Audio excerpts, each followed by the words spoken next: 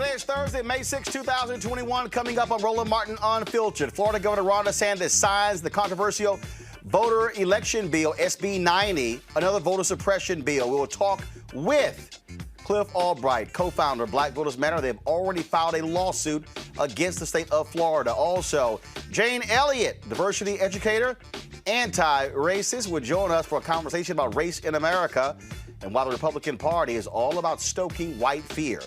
In Mississippi, a black child killed in a police chase when cops shot his dad. In Massachusetts, the family of Michaela Miller, who was found hanging from a tree, wants answers, and the South Carolina House recently voted to bring back firing squads. How stupid are these Republicans? And in Alabama, a teacher throws an object at students having a heated debate about the death of Ma'Khia Bryant. Folks, it is time to bring the funk on Roland Martin Unfiltered. Let's go.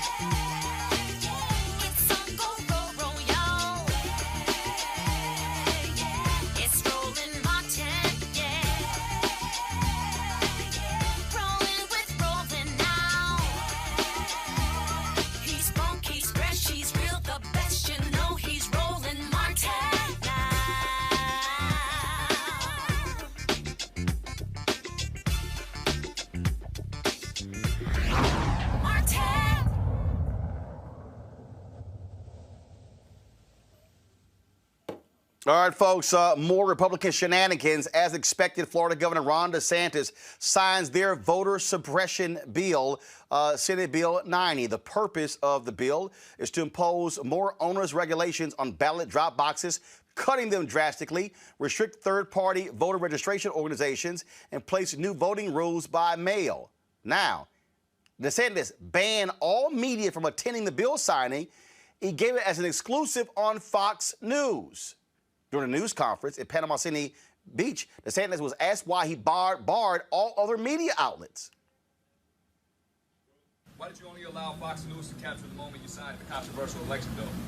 So we did a wonderful bill signing for this great elections bill, and it was live on national television on Fox and Friends, and we were happy to give them the exclusive on that, and I think it went really, really well. But that's broadcast to millions of people, not just obviously throughout the whole country, but a huge number of people in Florida are watching that. We had a crowd. We probably had 1,000 people in the crowd that were really cheering on. So it was an exciting day to be able to do that, and it's the first bill signing I've ever done live on a national broadcast, and so it was good. We also had a great visual aid that we were able to show, where we're showing all the great things that are in the bill, and you know, some of this stuff that was going on in other parts of the country, where you'd have these big private groups come in and spend hundreds of millions of dollars to run elections. That is unacceptable. We are not allowing that in Florida. We're going to make sure our elections are transparent and they're not being funded by special interests. We're also going to continue with voter ID, which is very, very important to make sure that you are who you say you are. And we're also going to make sure that we don't have ballot harvesting. Okay, it's not for some political operative to get a satchel full of votes and dump them off. You get the vote, you send it in, or you go vote in person.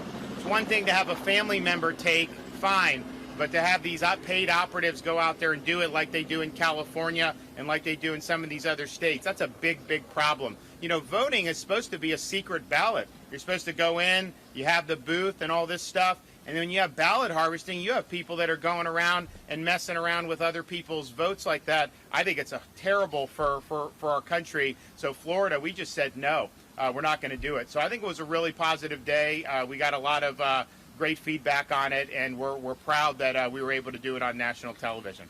Thanks, everybody. That was a pure trash-ass example that he gave right there. So you screwed the Florida voters by not having Florida media cover it, but you say, oh, millions are watching on Fox News. The new law, folks, goes into effect immediately, but will face heavy opposition in court. it's already been faced with lawsuits by the League of Women Voters of Florida. They filed a 69-page lawsuit in U.S. District Court in Tallahassee.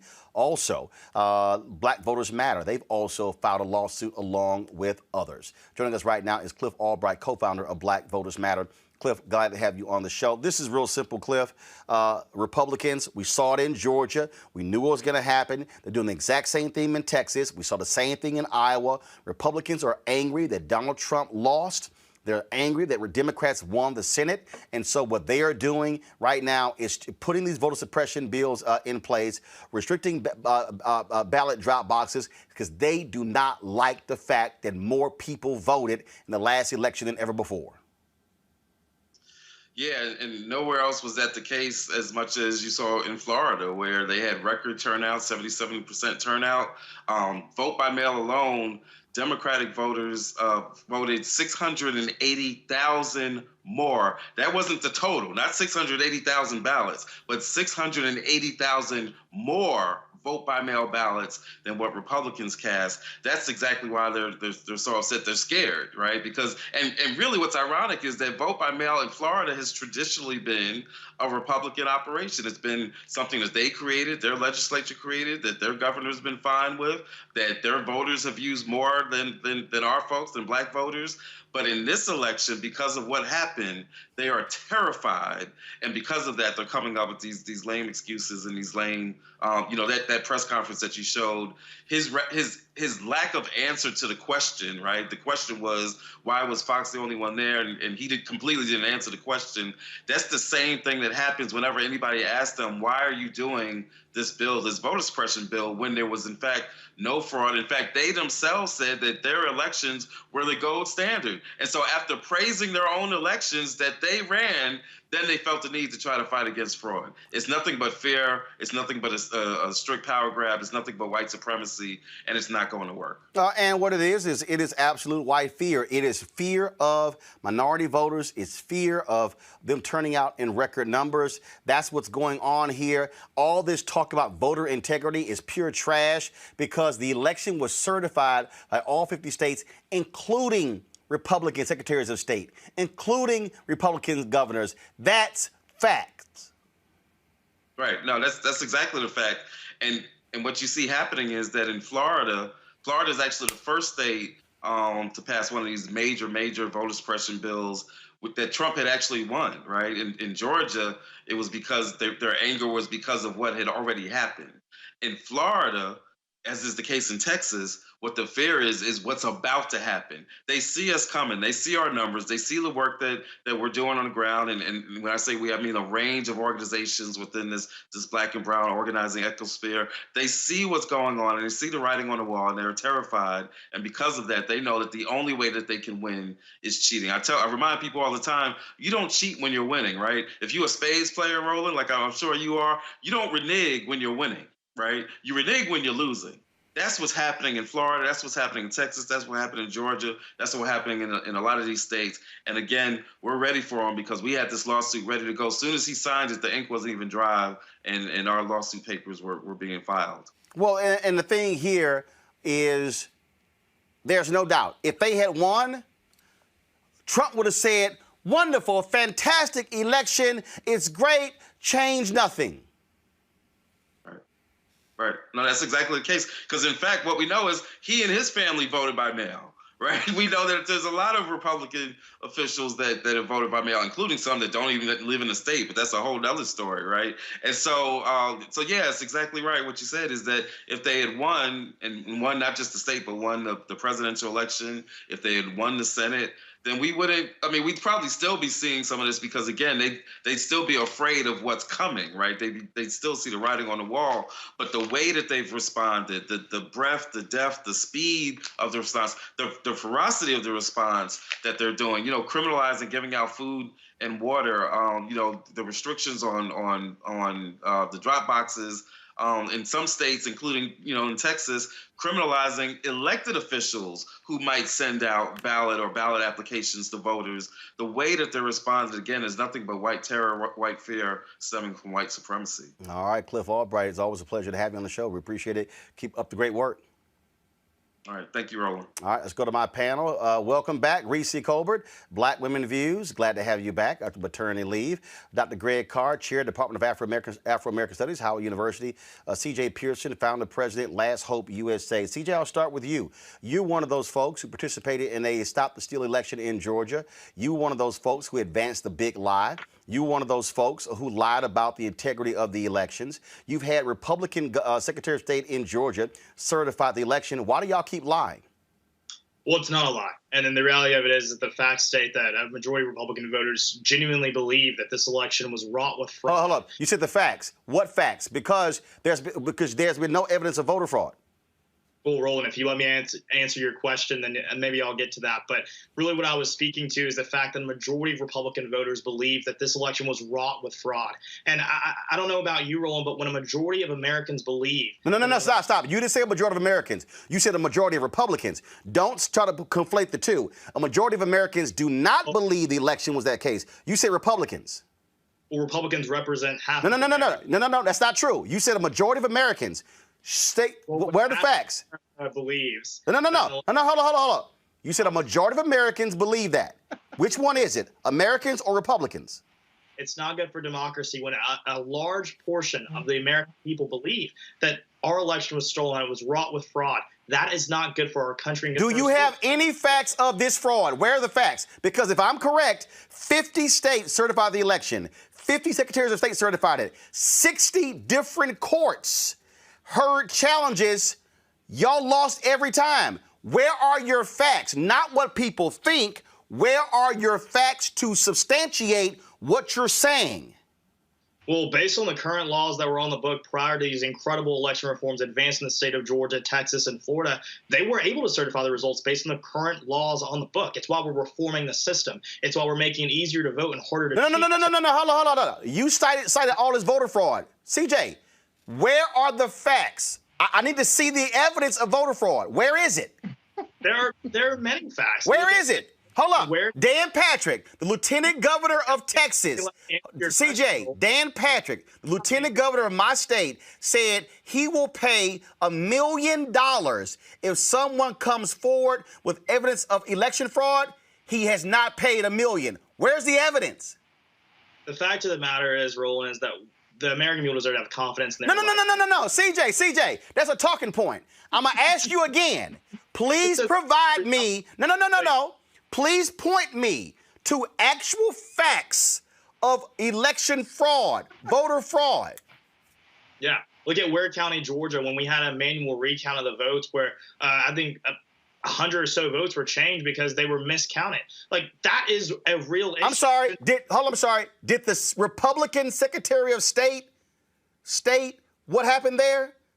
Well, I hate to give you a civics lesson, Roland, but the counting of ballots is done at the local level. No, I'm aware of that. But who has the jurisdiction over the elections? The local board of elections conduct the elections. The Secretary of State oversees the elections. And so if there was actual election fraud, that what you say was claimed there, where's the district attorney? Did they indict anybody? Well, they should. No. Yes or no? Did they indict anybody? Well, I can't speak to the— Which county was that? Which county was that? I can't speak to the— No. Which county was that? Ware County. Where? Ware County. Is there a Republican DA or a Democrat DA there? I can't speak to that, but I will say that I'm speaking to what happened with the election voting there, and that happened with the manual recount that occurred. And things like that happen when you have votes literally changed to another candidate, I think people have a right to be afraid about what— But it's very curious. I want to bring in it's very curious, Greg, what you hear what CJ saying, because he can't provide actual facts. He can't provide this widespread, and he wants us to, because Republicans think, well, hell, it's a bunch of folks think Bigfoot real. Yeah. It's a lot of people that think the United States of America is a nation, too. That's another myth. But, I mean, let's get back to the topic. I got a chance to read the lawsuit that was filed by the NAACP of Florida, Disability Rights Florida, and Common Cause versus the Secretary of State there, Lee. And, of course, they're claiming that these new laws will violate Title II of the Americans with Disability Act, Section 1983 and 88 of the Federal Code, Voting Rights Act, Section 2, and that's going to be heard by a court of appeals, Northern District of Florida. Ultimately, that'll be appealed to the 11th Circuit. That's one of the many circuits that the Trump administration with the White Nationalist Party was able to flip. And if you read Justice Clarence Thomas's recent dissent in a voting rights case, you know that some of the gaslighting that we just heard found its way into Justice Thomas's dissent. That brings me to the point. Back in December, the American Legislative Executive Council, or ALEC rather, met, and they had a voter integrity working group. So these bills that we're seeing in Georgia and Florida and Texas, these are not individual pieces. They come of a larger piece with an eye toward one objective, and that is to retake the federal legislature and to retake the White House. And let's be very clear. When we start talking about facts and arguing with these folks, we're not on the same page, because this isn't about facts. This isn't about making points, because there is no common identity. The white nationalists that met with ALEC included Hans Spakowski, who, of course, we know is a chief architect of this rather ridiculous stuff. Several of the folks who were on Trump's quote-unquote voter integrity commission that fell apart, that was led, if you remember, by the flop sweat brother of the corn-pone governor of Florida, and that would be Chris Kobach, who's right now running for Secretary of State in Kansas and will lose that election as well. But the whole point is to continue gaslight, to continue propagandize, and to shrink the electorate to the point where they can steal elections. Finally, I'll say this. I wish them the best of luck, because I see what people don't seem to understand is you might steal an election, but what you won't then do is get rid of all the people whose vote you stole. This country's going to come apart, and I just hope our young brother, who I'm very glad to see be a freshman there at the University of Alabama, who might sit and read some of these cases and think through some of this legislation and maybe, change some of the language, will have a front row seat in the state of Alabama. Well, maybe. Well, had he not transferred from Howard, he maybe learned some of those in your class, but he went to Alabama. Yeah. Let me go to Reese. Reese, it's very interesting. Very interesting. CJ mentioned Ware County, 100 votes. Go to my computer, please. This is the Ware County election supervisor, Carlos Nelson. He told the Associated Press that an election worker made a small tabulation error that involved 37 votes. Quote, election officials discovered the mistake during an internal audit and corrected the figure in the full hand recount of paper ballots. There was never an issue with the technology from Dominion. Quote, there was no vote flipping. The system worked like it should. Oh, by the way, CJ, the 37 votes in Ware County made no difference. That was a county Donald Trump won with 70% of the vote. So you're complaining about, votes being stolen. We're in a county, your guy won with 70% of the vote. I would think that if there was actually voter fraud, a county Trump won by 70% would be probably real aggressive prosecuting those who did, maybe because it doesn't exist. Reese. It's good to be back. I see not much has changed in my hiatus. Welcome, CJ, to the fire. It's good to see you, Dr. Carr and Roland. Okay, let's just be clear. I mean, we all know what this is all about, right? We've been having the same discussion for years.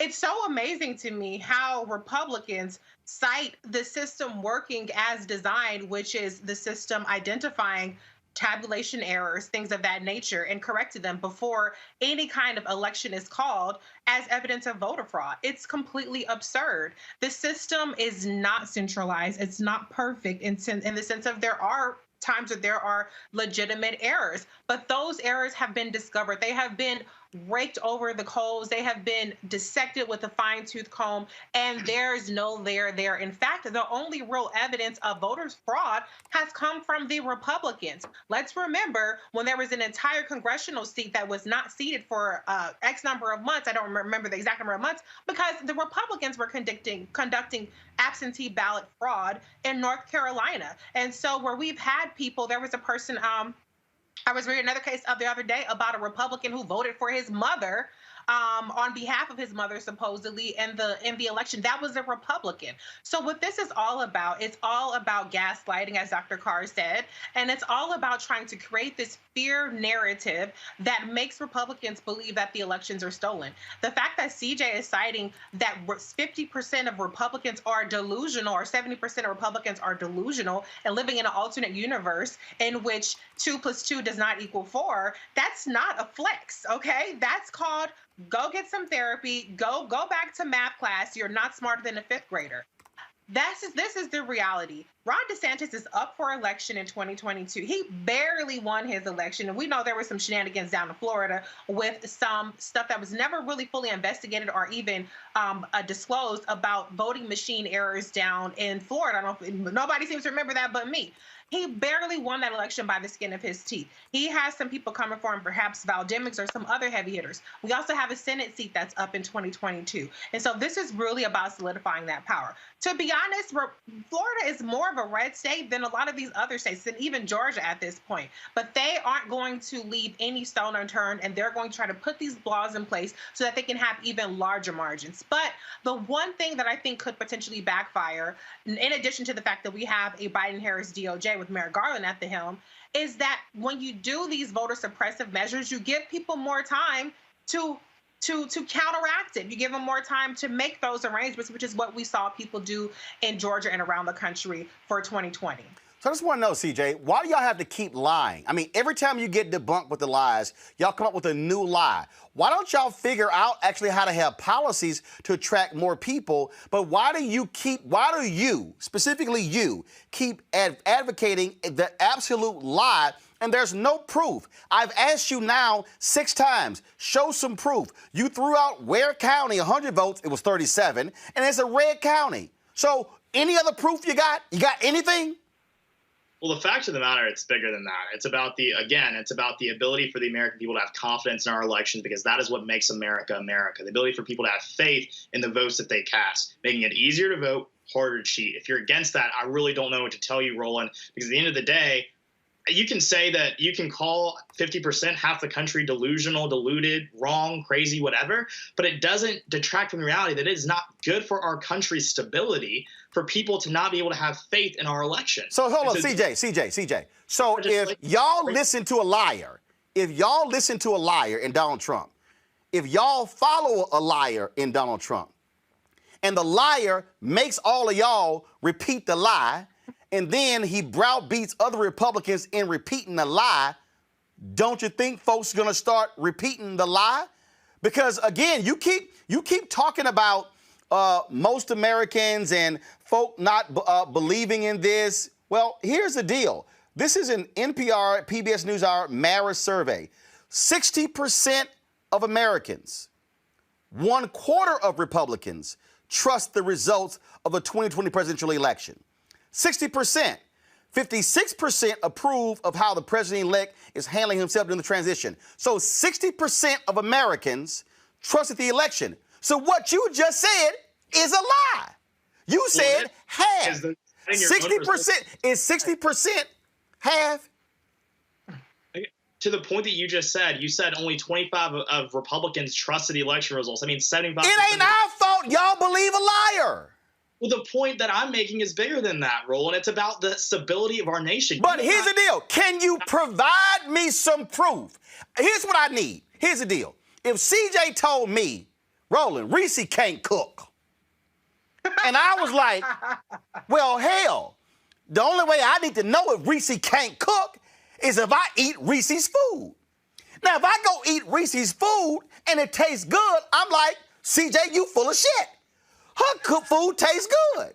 Now, if you go, but that don't matter, Roland, I think the food don't taste good. And then if I invite Greg over, and Greg like, damn, there's some good food. And if I invite Anthony, Chelsea, Chris, Atlantis, and Jackie, and they, man, food tastes good. Are we supposed to sit here and give you credence because you don't like it when 9 other people think the food tastes good? Well, I'm sorry. Reese's Gumbo just isn't the same as ensuring that America's on good, solid footing. No, but just because y'all crazy does not mean we have to change laws because y'all are crazy. country. Let me add in. Let me add in a. No, hold on, Greg, 1 second. CJ, go ahead and finish that point, but I'm still waiting on some proof. Please go. I'm still waiting.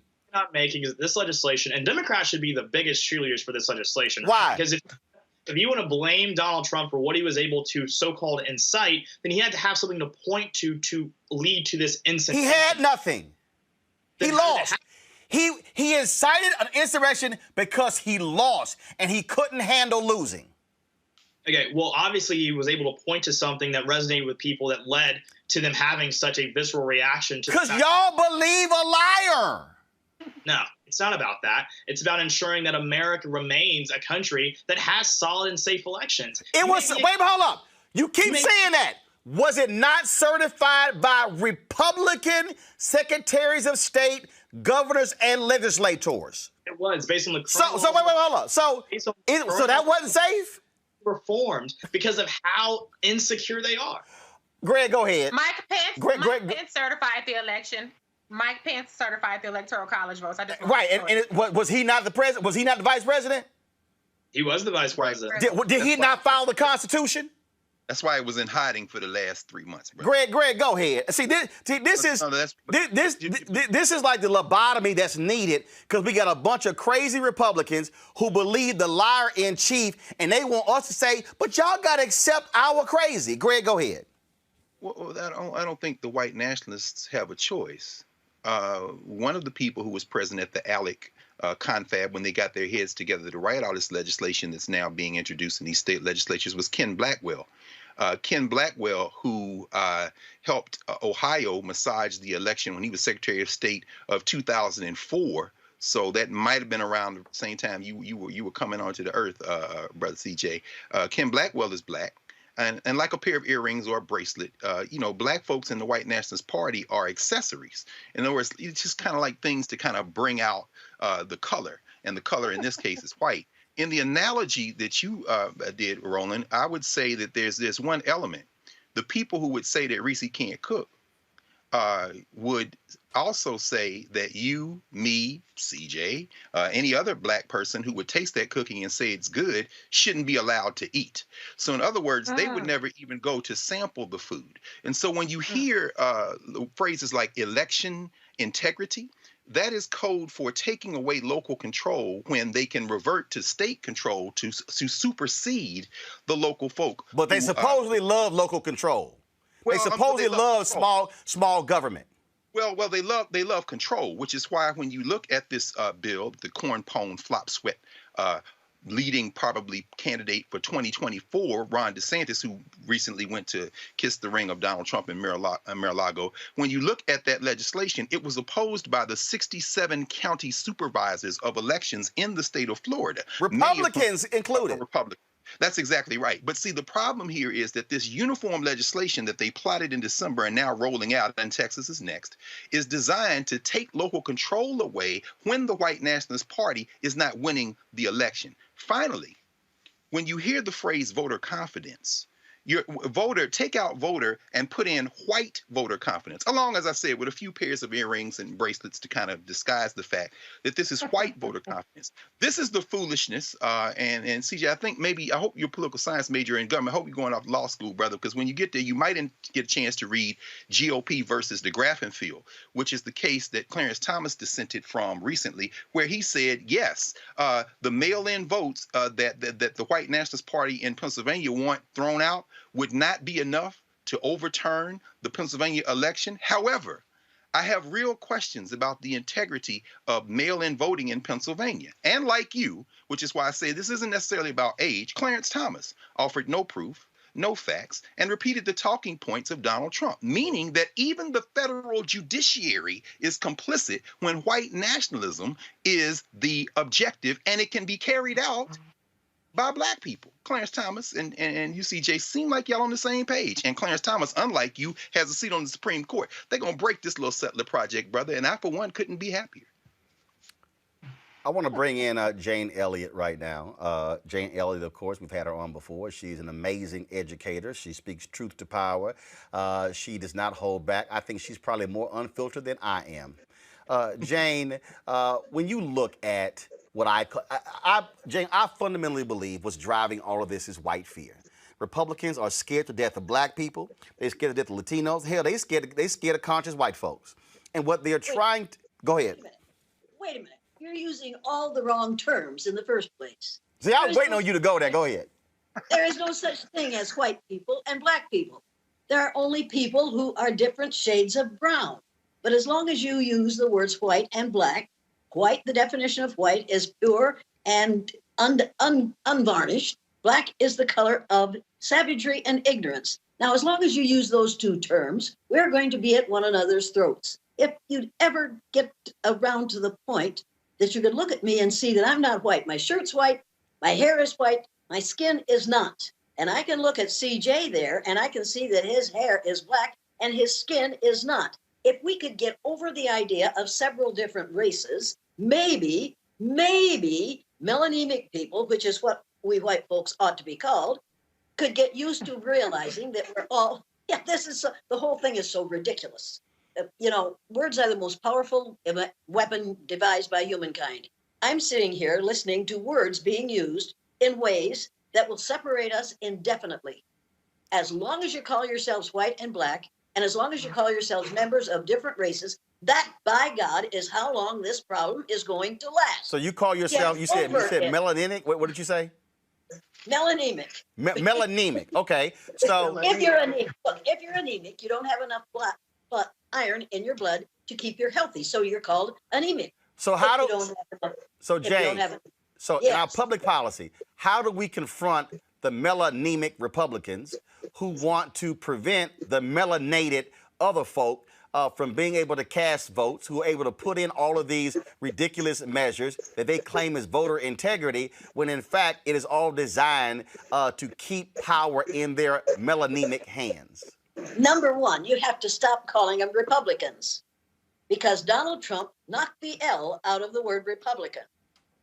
So what you end up with is a description of what he is most interested in, the area in which he is most interested. You've got to stop talking about Donald Trump.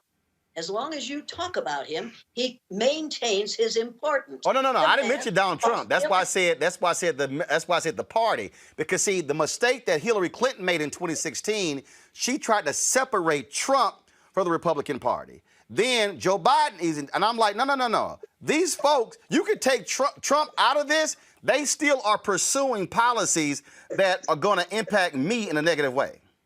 They aren't the ones you have to worry about. You have to worry about the evangelicals who are supporting Trump. Right. Have you read the book Unholy? Read the book Unholy, and then you'll know where the problem is, and you'll know what you have to do about it.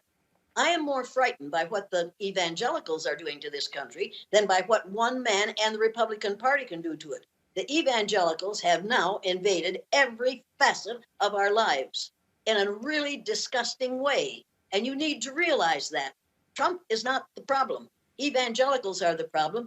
And I'd like to have that young man, CJ is your name? I'd like to have you come to my guest house in Iowa for about 3 days, and I will help you to restore yourself to sanity. Well, nothing brings me more joy than being lectured by white liberals about how I should approach the issue of race in America.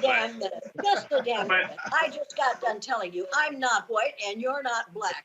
I'm a member of the same race that you are. You and I are 30th to 50th cousins. Now, you may not want me for your cousin, but that's the way it is. Stop dealing with a lie and start dealing with the facts. Let's deal with reality here. And the reality is that I don't have to listen to some young man who has already let me know that the color of my skin makes me unable to discuss race. Now, don't tell me that I can't, because I was dealing with racism long before you were born. 53 years I've been listening to people say ugly things about people who look like you, and I'm blaming those statements on people who look like me. We make a decision as to whether we are going to trust another person based on our judgment of the color of their skin. You cannot judge me by the color of my skin, and I'm not judging you by the color of your skin. I'm judging the remarks that you're making that indicate to me that you aren't thinking very well, that you are following the lies of a man who has, he has absolutely violated every constitution, every part of the Constitution, and every one of the 10 Commandments. And you are following him, and you're going to go off that ledge, just like a whole bunch of other really good Christian people are. And you're going to wonder how that happened. Look, you're old enough to grow up now and change that and start thinking for yourself instead of being led by a man who will use you as long as he can. And then when he no longer needs you, he will drop you like a hot potato. You need to realize that you are not someone he admires or wants around him. As he said in his first news conference, I've got my black, and he pointed at the one black person in his entourage on television. Now, I remember that. You don't remember that because you're too young to have watched it at that time. You need to open your eyes, open your ears, and shut your mouth. Okay, so here's the deal, Jane. So CJ, you cannot. CJ, go ahead. You can now respond to Jane. We'll let you respond. Go ahead. Well, I appreciate that dressing down my melanemic sister, but I've got to tell you, this is the type of self-righteousness that has turned so many black people away from the Democrat Party. You thinking that you can lecture me about how I should react as a black man in America is the type of pomposity, the type of ego, and the type of overconfidence that literally makes people despise people just like you. You will not tell me, you will not define as a melanemic person my experience as a black man in America or discredit my blackness based on my politics and my ideals and my principles. You won't do that. And so you can tell me to shut my mouth. That's crazy. That's the thing that really grinds my gears about people just like you. White liberals who think they can tell people on the right, because we're black, that they can tell us to shut up and sit down because we espouse beliefs that are different than their own. That is racist. But here's the deal, though. I've asked you to but CJ. Wait. He isn't talking like a black man. He is talking like a white man. He is doing the same things that Mr. Trump has been doing for the last 30 years. You are doing the same thing that Donald Trump has been doing, and you are regurgitating what Donald Trump has put into your head. You need to stop that and start thinking for yourself. What is with you in these commands? Like, do you think you get to tell black people what to do? Like, is that just how you operate your daily life? Instructing black people how to think, how to act, what they can and cannot say? Because I support a President Trump, that brought about the lowest black unemployment rate in our nation's history. Criminal justice reform, the First Step Act, millions of dollars navigated to HBCUs, economic opportunity zones, which navigated commercial investment to inner cities that were long neglected. And I understand you probably are eager to tell me to shut my mouth right now because you hate it when black conservatives even utter a single word. But I'm going to keep talking because these are facts, these are truths. And actually, I'm going to step in right here because actually, CJ, what you just spouted were not actual facts. That's first, okay? Excuse me, CJ, sorry. Everything that you just stated, we've covered on this show. Dr. Walter Kimbrough, who is an HBCU president, Dillard University, has debunked the nonsense that you just stated about HBCUs. That's first. He's an actual HBCU president for 16 years. Two, what you have to understand, the woman who actually sponsored the very bill that you are giving Trump credit for, her name is Congresswoman Alma Adams, a graduate of North Carolina A&T. We've had her on this show. So all this talk what Trump did, that's grossly incorrect. Two, you talked about criminal justice reform. Let me remind you, Donald Trump did not pass criminal justice reform. If it were not for Democrats who controlled the House, there would be no bill that went over to the Senate. It was Congressman Hakeem Jeffries and others who advanced it in the House. Let me also remind you that your party blocked President Barack Obama from passing a criminal justice reform act when he was president because they did not want it to include real criminal justice reform. Now, you're sitting there with your huge Alabama flag over your shoulder. And let me remind you, it was former Alabama Senator Jeff Sessions, who was the Attorney General, who also opposed that very criminal justice reform bill, who stopped it when he was representing that state in the United States Senate. So you can sit here and you can keep yelling facts.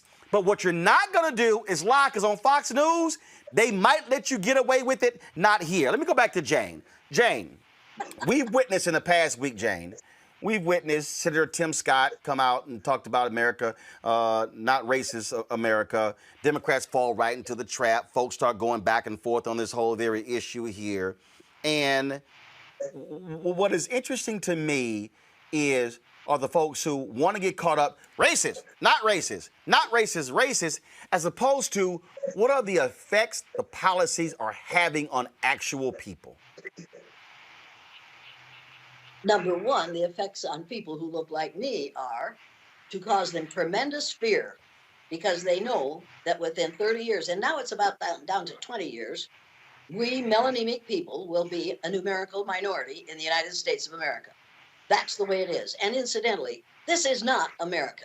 America is everything from the northernmost point of Canada to the southernmost point of South America. And we, in our arrogance, call it America, as if the 48 contiguous states, Alaska, Hawaii, and the islands off the southeastern coast of the United States are all that constitutes America. We've got to change our vocabulary. I'm an educator. Educators are engaged in the business of leading people out of ignorance. And I've been sitting here for the last about 30 minutes listening to total ignorance coming out of the mind of a person who's young enough to be taught better. And he needs to be re-educated. And the rest, and the Proud Boys, the Oath Keepers, that whole group of mostly white, fairly young men, of course, for me, everybody's young, but most of them are old enough to know better, but too damn young to care. And you cannot solve things by saying to people, my mind's made up, don't confuse me with facts. That's exactly what this young gentleman is doing, and that's exactly what most of us are doing most of the time in this country right now. We want to pretend that what we have is what we have described. It isn't. This is the land of the free and the home of the brave. I'm one of the free, and that young man has to become brave.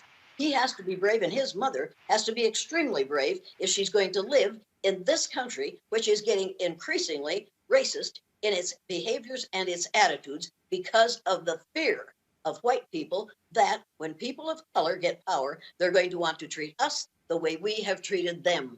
That is the major problem in the United States right now, is white fear of retribution. I think we could give up that fear. I have watched people go through this exercise, the blue-eyed, brown-eyed exercise, and after it's over, I have heard them say, I had no idea. I will not abuse people. I will not make them feel the way I felt when I was on the bottom. I never knew how it felt to be on the bottom before. Now I've found out how that feels. I will never do something that will make someone feel the way I felt for just an hour and a half. I think we have misjudged the intelligence and the humanity of a whole lot of people of color, and that's why we're afraid of them. Greg Carr, the last week and a half, we've listened to Fox News and all of these other folks, these conservatives, whine about critical race theory. They're running their mouths. Oh, my God, critical race theory is Marxist, and it's destroying America. Yet Nikki Haley's out there. Yet when you ask them to define it, they can't even define it, Greg. They're just spouting a talking point. Well, that's the whole point. The whole point. Professor Elliott has, and it's good to be in community with you. And hey, Reese, we definitely missed you, sis. Having followed your work for many years, and certainly the blue-eyed, brown-eyed test, many of us have seen that one of the videotapes of the exercise. I think it was Oprah you were engaged in showing at that time. You make a very important point when it comes to language. The power of whiteness in many ways lies in its invisibility. And it was interesting as CJ, as you kind of were talking, you drug Professor Elliott into whiteness. She used the word white. It's very difficult to, as she would know better than all of us, to jailbreak that language. But as my friend, the philosopher Lucius Outlaw down at Vanderbilt often says, I can call that bus coming toward me the wind. but if I step in front of it, the wind will run me over.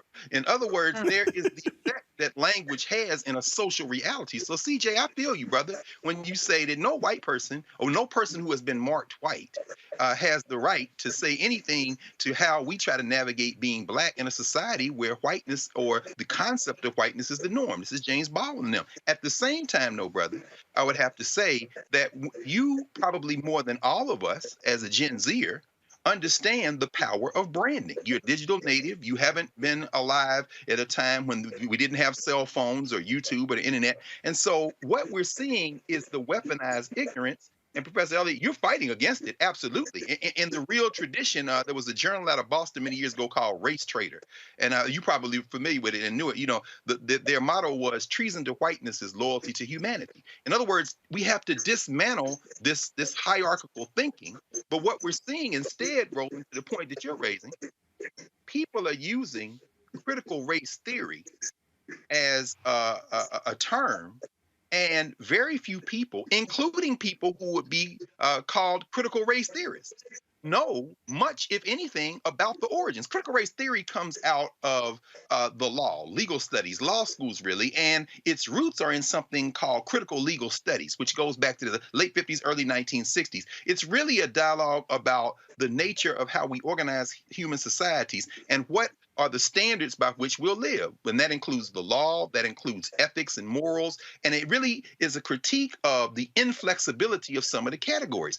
Over the years, Derek Bell, very important in this dialogue, the late Derek Bell and others, began to use that critique of the law and frame it in the context of race. And saying, for example, Derek Bell would say, let's do a thought exercise. What if instead of overturning Plessy versus Ferguson, Brown versus Board of Education had affirmed Plessy versus Ferguson and said, you know what? Separate was never equal, so let's make separate equal. Give them the exact same money you're giving the white schools.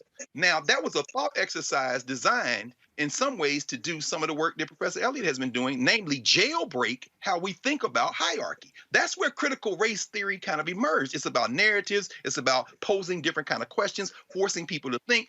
That is exactly not what these white nationalists, and I'm using white not because they are white, we're all Africans if you look at the parents of everybody on the ball, but I'm using white as the social reality that has real world consequences. Just like if I change the name of the bus to the wind, I'd still step out in front of getting run over. I can call it melanated, demelanated, whatever, but the cop is still gonna say, you're melanated, hands up, boom. My point is I'll still suffer because of the concepts.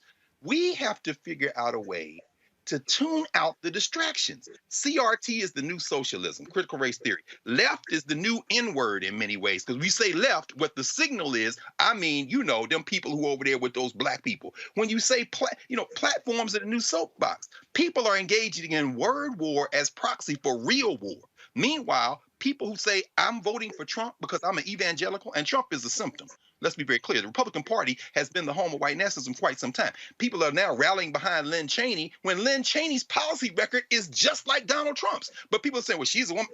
No, stop being distracted. What you're seeing is these folks are killing themselves to preserve something that isn't real. They are literally picking their imagined whiteness over their lives. And so rather than try to argue with them, I'm going to leave that to the Jane Elliott's of the world. Go with God. Sister Elliott, go with God. As an African in this world, I don't care whether the United States survives. What I care about is whether humanity can survive America. That's a very different kind of a prospect as far as I'm concerned. I'm going to go to Jane, then Reese, then to CJ. Jane, one of the things that the work that you do, the work that Tim Wise does, Linda Tirado, the work that you talked about these evangelicals, and I thought about for a second Brother Hargrove, Jonathan Wilson Hargrove, who was in that world and who has been working with Reverend Dr. William J. Barber. What's very interesting is they talk about how they love Jesus, yet when you go to their conferences, you never hear anything about the poor. They'll have tax folks there before they have folks talking about the poor. Then what you then see is you see these attacks then manifest themselves in public policy.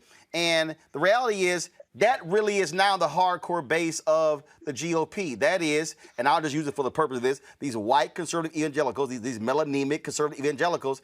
And the deal is They won't even have discussions with those of us who are melanated evangelicals who love Jesus. My wife is an ordained minister, but they are afraid to sit down with Reverend Dr. Barber. They're afraid to sit down with folks like that because they don't want to have a real conversation about the Bible and Jesus and what Christians really should be doing in this country. Well, they don't even want to see Jesus as he's described in the Bible, with kinky woolly hair and feet of bronze. We white folks, I'm sorry, but that's what we have to call us. We pale faces, one of the major differences between me and you is when pale faces come into a new environment, they immediately adjust the environment to fit their needs. And if it's religion, they do it there too. We want to kneel to somebody who looks like us. That is a mental problem that we have, and we need to get over it. And we won't get over it until we are in the position in which we have placed people in this country for the last 300 years. We have to let people find out how it feels to be on the bottom. And white folks are scared to death. Melanemic people, pale faces, are scared to death that that's what's going to happen to them. I don't think it is. I think that people of darker complexion, melanations people, are more intelligent than that. They know what happens when you set up a system like that, and the people who are on the top are making it work for them. People say to me, it was good enough for my father, it's good enough for me. It wasn't good enough for my father, and it wasn't good enough for your father. It wasn't good enough for any of our fathers as long as we were divided on the basis of the amount of a chemical in our skin. It makes no sense. You can't justify it. It's unjustifiable. Reese, the point Jane just made there, Mitch Landrieu literally made that same point in his book. He said, hey, white people, they're not going to do to us what we did to them. This whole, I'm telling you, what we're seeing right now, I called this, Reese, in 2009. I was at CNN. I told John Avlon, we're living in the world of white minority resistance.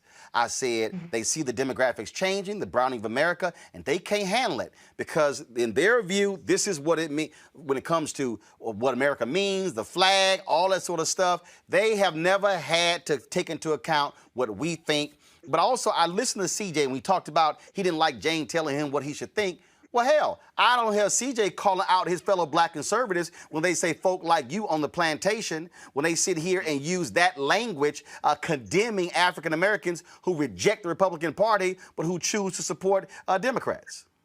Mm-hmm. And your question. Ooh, this conversation is off the chain. Y'all just came back swinging. Well, you were right, absolutely, because I think black conservatives do like to use that language about being on the plantation and stuff like that. I mean, as black people, we have these intra-black battles. You know, you got the people that talk about you if you're Democratic, you having a butter biscuits and all this other kind of stuff. There's enough insults and slurs to go around. But I kind of do feel like it's an in-house conversation in terms of what's black and who gets to determine what black is and what you sound like as black. But I do have much respect for Professor Elliott. I'm appreciating this new language that I'm hearing, pale faces, melanemic. I'm definitely going to have to incorporate that into my vocabulary. But in terms of me giving up black, I'm going to say the melanemic need to go first. When they give up white, then I'll give up black. Until then, I'm black and I'm proud. So as Dr. Carr said, go with God. I support you, sister, in your plight. But until the melanemic pale faces give up white supremacy and all that good stuff, then I'm going to be over here and I'm going to be black and I'm going to be proud to be black. But on another note, though, I do think, though, that the reality is that we don't want revenge. We just want to be left the hell alone. And, you know, black people ain't sitting up there. We ain't got pitchforks. We ain't the ones marching in the University of Charlottesville talking about blood and soil. That was the pale faces that was doing that. That wasn't us. So we just want to be left the hell alone. We just want to be, if we get a ticket, can we get a ticket and go? We ain't got to be shot by the police. If we call the police because we in distress, we want to be able to get help instead of get shot. That's what we want. When a black woman like me goes to have a baby, I don't want to have to consider, am I going to die in childbirth because black women have a black maternal mortality rate that's 3 to 4 times more of the pale faces. That's all that I want. And so if the melanemic will understand that instead of trying to hold back on what everybody gets because they want to make sure that we don't get something, to go on ahead and give a little, then we can all be greater. Then I don't know. But the reality is, yeah, black people, all we want to do is just be left alone. All we want to do is just be great and live our best black ass lives. That's all we want. May I ask? Jane, then CJ. Go ahead. Yeah. Would it help if we would all simply remember that Columbus didn't discover America, that it was discovered by Africans between 20,000 and 10,000 years before Columbus was a gleam in his father's eye? Would it help if you realized that you were here first, and because of the melanin in your skin and your ability to live even with the hole in the ozone layer getting larger and more sunlight being allowed to enter our environment, that you will be here last?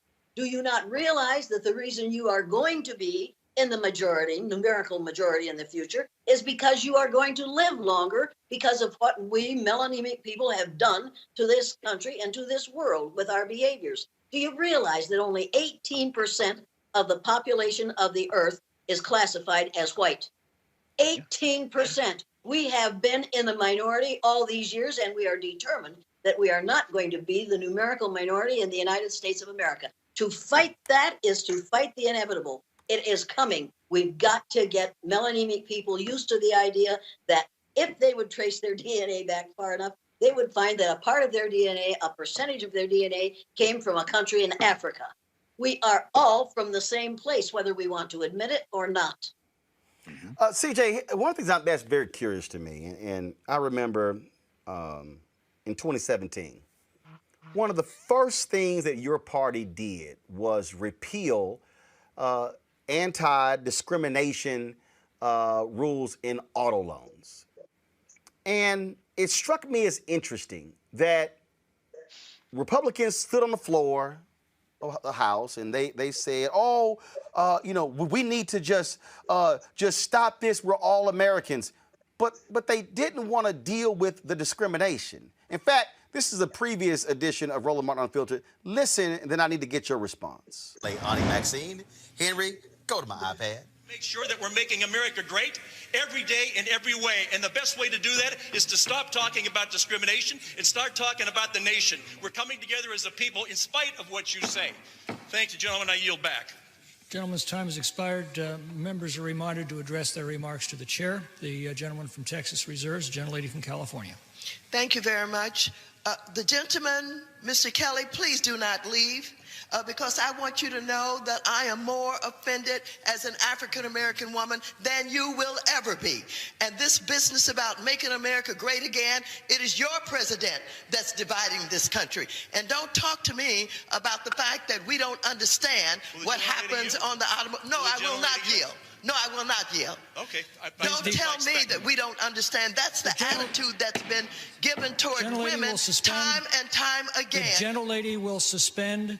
The chair wishes to remind all members that they are to address their remarks to the chair. Gentlelady will continue. The chair, but don't stop me in the middle when you didn't stop him in the middle. And so I shall continue. Don't you dare talk to me like that and think that somehow women don't understand what goes on the floor of automobile dealers. Minded to direct her remarks to the chair. The gentlelady will continue in order. I will continue to do that. However, I don't appreciate that you did not interrupt him when he was making those outrageous remarks about him knowing more about discrimination than I know about discrimination. I resent that, and I resent the remark about making America great again. He's down here making a speech for this dishonorable president of the United States of America. Having said that, I reserve the balance of my time, and no, I do not yield not 1 second to you. Not 1 second. Not 1 second to you. So, CJ, what I found to be interesting is that literally is one of the first bills they repealed. So, Republicans love talking about what they did and what should happen and how we should all get along. But there's real discrimination when it came to auto loans. January 6th, a lot of people who think like you, people who you stood with, were there here in D.C. How many N-words black cops were called?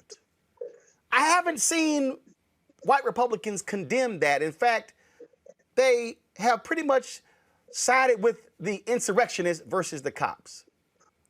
Where are you and black Republicans on that? Why are y'all silent? Why did Colin Powell go down to North Carolina and condemn the voter suppression law to the governor's face there, but you and other black Republicans are silent? In fact, y'all are endorsing the same voter suppression. Because these aren't voter suppression laws. No. Deal with the first thing first. I gave you 3 things. First, deal with the auto discrimination. Deal with that first. Second, deal with the second thing, then deal with voter third. Deal with the first one first. Yeah, let's do the first thing. Auto discrimination, I think discrimination anywhere is wrong. And I think that at the end of the day, I listened to that speech. The tone was just wrong. I'm not going to endorse No. That was the speech. Your party literally repealed the rules that Obama put in. Did you and other black Democrats tell your party y'all should not be repealing discrimination laws? Here's the deal. I think at the end of the day, we have to look at where our country is going, and we need to move forward past this. No.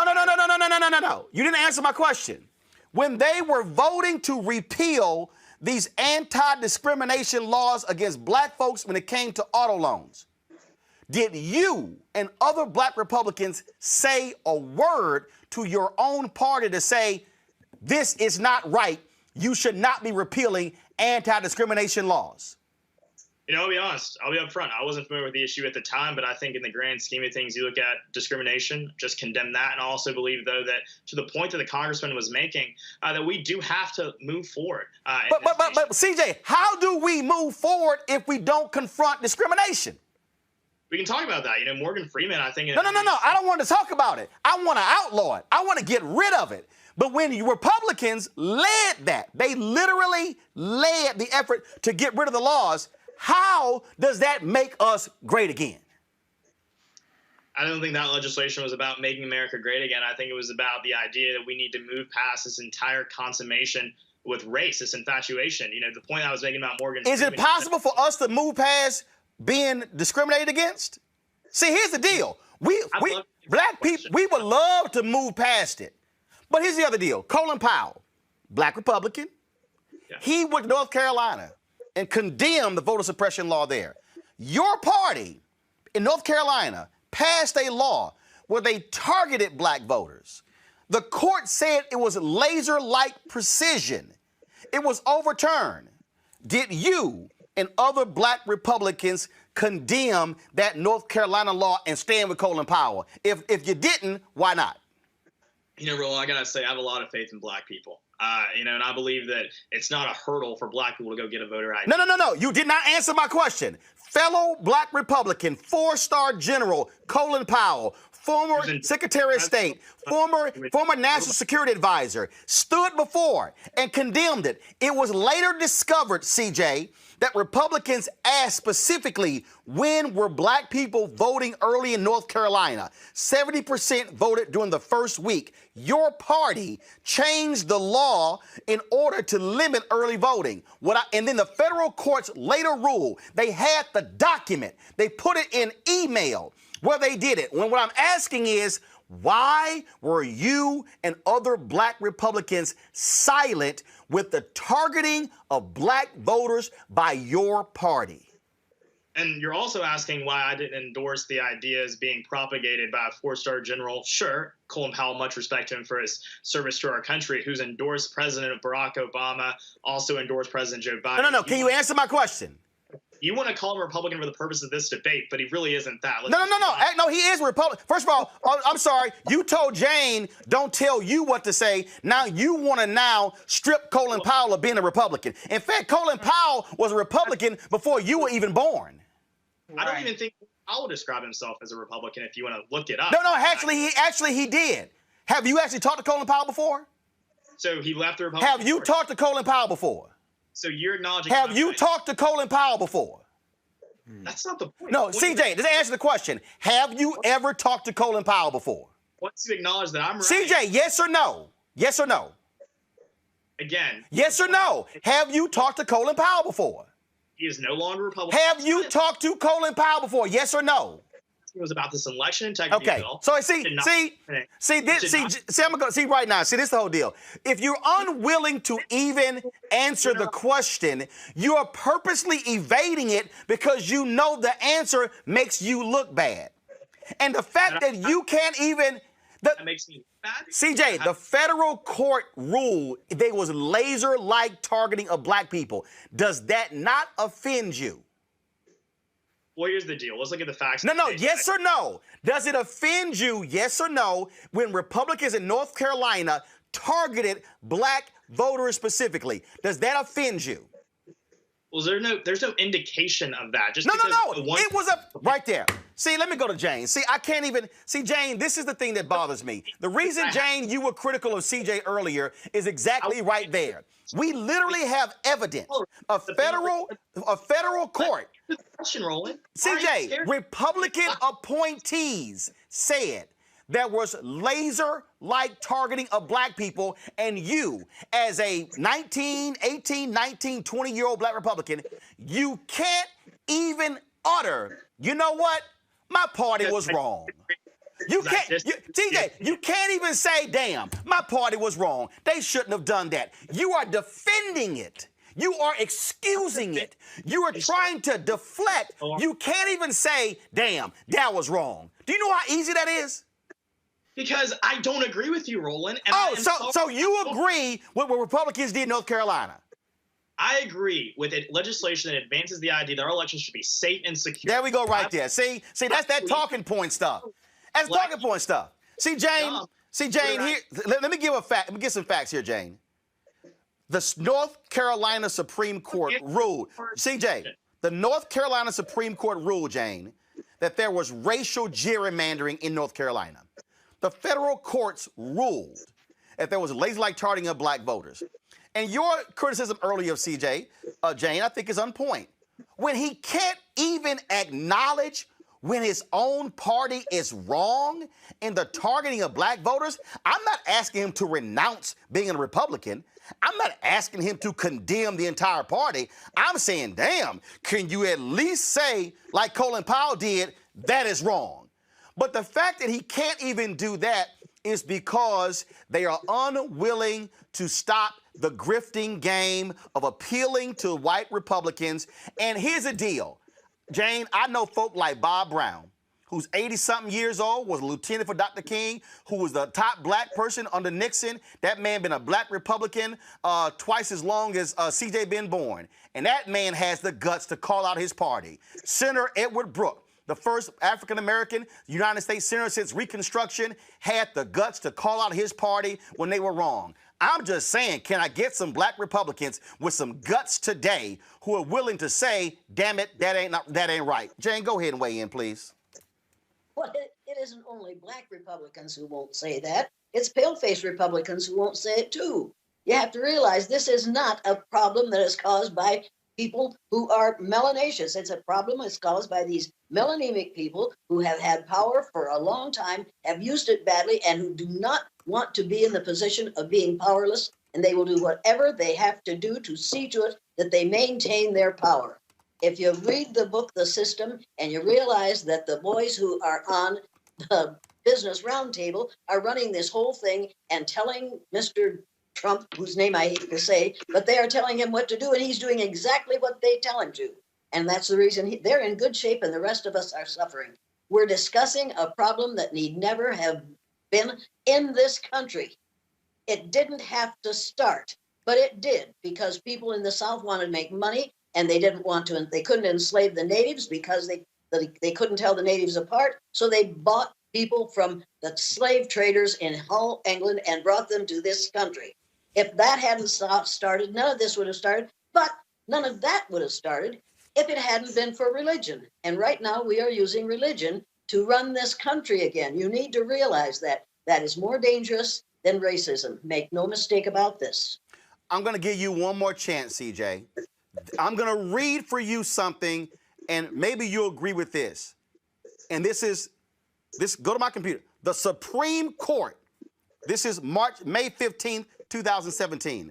The Supreme Court on Monday refused to revive a restrictive North Carolina voting law that a federal appeals court had struck down as an unconstitutional effort to, quote, target African Americans with almost surgical precision, unquote. That was a bill passed by the North Carolina Republicans. It was signed by Republican governor of North Carolina. Will you, CJ, admit that it is wrong for Republicans to pass voting bills that target African Americans, quote, with almost surgical precision? Yes or no? I think any legislation that is intentionally racial discriminatory is wrong. this wasn't. At the end of the day, we're looking Hold up, you said this wasn't? We're looking at things like voter ID and early voting days. I'm done. Right. So a conservative Supreme Court affirmed the decision of a conservative appeals court, and your deal is, sure, go ahead and let them keep doing it. What I'm saying is that I think you love to loop this legislation in with what's happening in Georgia and Florida, but that's just yes, because it's all tied together. It's all tied together. Securing our elections. This isn't about telling black people don't go vote. Roland, do you think so little of our people that we can't secure a voter ID, that we can't go No. to the No. Hold up. Okay, so explain to me then why y'all are getting rid of almost 3/4 of all ballot drop boxes. Those were secure. That was the thing before COVID. Like No. Those were secure. Oh. But they literally were not a thing in commonplace before COVID. So why do we still need them? Actually, hold up. In Georgia, they were put into place by the Republican legislature, signed by Republican governor. But now they're bad? I'm saying that before COVID, they were not mainstream. They were not commonplace. Are we still in COVID? Well, we have a vaccine now. Are we still in COVID? I'm outside this Are we still in COVID? We have a vaccine. Are we still in a COVID epidemic? Yes or no? Go get your shot, Roland. Like I say, see, this is the game right here. This is the game. This is the game, Greg. This is the game that black conservatives like CJ play, and because they know the truth. People get vaccinated. They know the truth, Greg. They know the truth. But again, it's a part of the grift game. If you want to keep the grifting dollars coming through, because let me be real clear. White conservatives love nothing more than somebody black who speaks their language and who use plantation language, because they get to say stuff the white folks can't say, and that's their cover.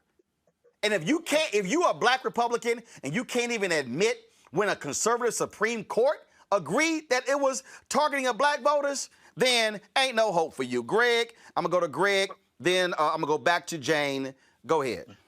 Well, the difficulty, and this is in the case that was filed today with the NAACP as one of the partners, they are accusing the Florida legislature and the governor, who acted so fast, by the way, that they may have a bigger impact on all those old white people and military folks in Florida. They accuse them of violating under the Voting Rights Act of acting under color of state law. So, CJ, you're right, brother. I mean, when you say there is intent as it has been expressed, and then there's intent as it has the impact. It can have the impact of being discriminatory. And that's the category where you start talking about decisions that are entirely in the hands of how the judges read the law. That's why stuffing the courts was so important. But you know, when you say that these things are not related, and you may or may not have heard about 45 minutes ago when I talked about the American Legislative Executive Council and the fact that they met, the process working group, in December of 2020, these things are not only related, they are coming out of the same draft legislative playbook. And those who have tried to suppress the vote, and including Hans von Spakovsky, who we saw as one of the main villains in North Carolina, were present at this meeting. So, you know, but I'm willing to give our young brother a little bit of room to grow and learn. He's in Tuscaloosa. My mom's from Alabama. I consider myself an Alabaman as well, in many ways, in addition to being a Tennessean and an adopted Philadelphian. But I will ask you this, brother, and I'm glad we're having this conversation, Roland, because you're not going to see this anywhere else. Certainly wouldn't see it on Fox. I'm glad you don't have Tucker Carlson here, because at that point I might, put my life in danger by coming to join you in the studio, and we might have a different kind of conversation. Now, you know Tucker's scared to death of me, but go ahead. Well, of course. Well, he's scared to death of anything. I mean, you would have to be a man to actually lose some fear, or a woman. But either way, Tucker Carlson, you know. See, CJ, it's cool, brother. You 18. Tucker Carlson has no excuse, because he damn near 3 times your age, still acting as if he's an adolescent. But in your case, brother, I'd like to ask you a couple of questions. I don't know how much time we have in this conversation. Go ahead. You're down in Tuscaloosa. Have you heard of Theta Nu Epsilon, the group that they call the Machine down there on the campus of the University of Alabama? I'm not familiar with that organization now. Okay. All right. Well, I'm assuming, given your talent, you clearly have talent, that you may decide to run for. No, seriously. I mean, you may decide to run for a campus office. You know, I myself was a student body president. Of course, I went to HBCU, Tennessee State. You plan on running for something while you down there, brother? I'm currently a senator. in SGA. Oh, very good. So then you're a senator who's never heard of the machine. Okay, okay. I just want to be clear because I'm just saying while you're in Tuscaloosa, I encourage you to be careful. You know, the first black student body president in 1976, Cleo Thomas, when he won, they burned a cross on the campus of the University of Alabama. In fact, they burned a cross in 1986 when I was an undergrad in front of the AKA house. And in fact, as recently as 2018, AL.com did a series of articles called Greek Gods, where they talked about how this confab of white fraternities and sororities on the campus there in Tuscaloosa, the University of Alabama, have worked against any type of racial progress on that campus for years. Now, you don't play football, you don't play basketball, you're not a revenue-generating black on the campus of the University of Alabama. I hope as you're navigating that space in Tuscaloosa, you pay very close attention to how race operates, not in the abstract, but on that campus where you are, brother. And I wish you to continue to learn and grow because I think you want what I want, what we all want, which is for all of us to be able to be human in the world without anybody oppressing us. And I'm telling you right now, you're in a very dangerous place, in a dangerous campus. Look up the machine, brother. Unless, of course, you're already aware of them and don't want to say it on camera. What I'll say at that point is our immediate past president was a black man. He was an alpha, actually. Roland will enjoy that. That's right. Jared Hunter. He was the first African-American student to win the position with the support of the machine. So maybe y'all already talked. Well, Jared was far before my time, but I'm talking about our most recent SGA president, who was an alpha. He was our SGA president, and also too, our SGA actually sponsored an event. I haven't met DeMarcus yet, but I will say also SGA. Ask DeMarcus about the machine, brother. I don't know what that is, but I will say the SGA did sponsor an event with Jane Elliott. You know, for any argument to be made that there is a stigma around racial progress or an attempt at it, they literally brought on a racial educator to our campus to give a talk, and so SGA did that. And did it help? Yeah, that's the question. Hey, Jane, how was that talk, Jane? How was that? How is what? I wasn't understanding what he was saying. He said that the Student Government Association in Alabama invited you there as a speaker. Have no idea what he's talking about. Didn't hear it, can't understand it. The sound is really, really bad. So he said that you spoke at the University of Alabama. Well, I've spoken at all of them. Yeah. I've spoken at all of them. Yeah, I'm sure I've been there. I'm sure I've been threatened with death there. I'm sure I've been taken out of town at midnight because 3 carloads of blacks had to get me out of town, out of Uniontown, Pennsylvania. And there I talked to teachers, and they called the superintendent, said, if you don't get that bitch out of town, we're going to shoot her. So 3 carloads of blacks escorted me out of Uniontown, Pennsylvania. Wow. Now, have I had some experiences that you may not have had? What I haven't had is the experiences that your mother has every day. Every day she has to think about what is going to happen to you on the streets in the United States of America, where people are wearing red caps that say, make America great again, but mean, make America hate again. That's what the last 4 years have been about, how to continue to keep people at one another's throats, how to divide and conquer. You need to read the book, When at Times the Mob is Swayed, and find out that the last 4 years have been Hitlerian. And those of us who are my age recognized it immediately and recognized that what was going on was divide and conquer, and it was exactly like what Hitler did. You need to educate yourself, my friend. I know you've been well schooled. You haven't been well educated. Get the book, The Color of Law, and realize, I'm sorry, I would hate to offend you all, but you've been well schooled, but they've done studies in this country that prove that the longer you stay in school, the more bigoted you become, because the longer you are reinforced in the crap that you learned in social studies, grades K through 12.